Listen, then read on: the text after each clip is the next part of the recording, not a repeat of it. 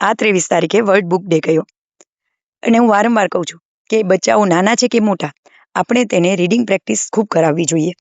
પણ ઘણી બધી પ્રયત્ન કરીએ છીએ છતાં પણ બાળકોમાં રીડિંગ પ્રેક્ટિસ આવતી નથી. તો હવે તેના માટે શું કરવું? તો આજે હું તમને એના માટે માત્ર 4 સ્ટેપ, સિમ્પલ 4 સ્ટેપ બતાવું છું, જેની ઇમ્પ્લિમેન્ટથી તમે ઘણા બધી રીતે બાળકોમાં રીડિંગ પ્રેક્ટિસ કરાવી શકશો.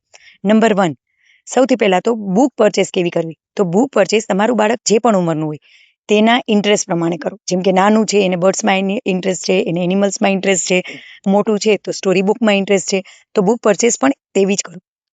નંબર 2, જ્યારે તમારા ઘરમાં બુક અરેન્જ કરો છો ને ત્યારે એકદમ ઇઝી વે ટુ, નીચે હોય બાળકો ઇઝીલી લઈ શકે, મૂકી શકે એ રીતે અરેન્જ કરો, જેથી ફ્લુઅન્ટલી લેશે અને મૂકશે અને તેને કારણે તેની કનેક્ટિવિટી પણ વધશે. નંબર 3, બાળક જ્યારે બુક લઈને બેસે છે ને ત્યારે તેની સાથે આપણે પણ બેસી અને બાળકોને બુકમાંથી જ ક્વેશ્ચન આન્સર કરતા જઈએ. અને નંબર 4, સૌથી વધારે મહત્વનું, ડેઈલી રાત્રે માત્ર 10 મિનિટ બાળક, બુક અને આપણે, બસ જો આટલા 4 સ્ટેપ કરશો ને. And last but not a least, કે આપણે આપણા બાળકોને જ્યારે ટોયઝ ગિફ્ટ કરીએ છીએ ને એ રીતે ક્યારેક બુક્સ ગિફ્ટ કરીએ અને તેના દ્વારા તેના ફ્રેન્ડને પણ બુક્સ અપાવડાવીએ. આટલું કરવાથી પણ એને બુક્સની ઇમ્પોર્ટન્સ વધી જશે અને તેનાથી વધારે કનેક્ટ થતું જશે.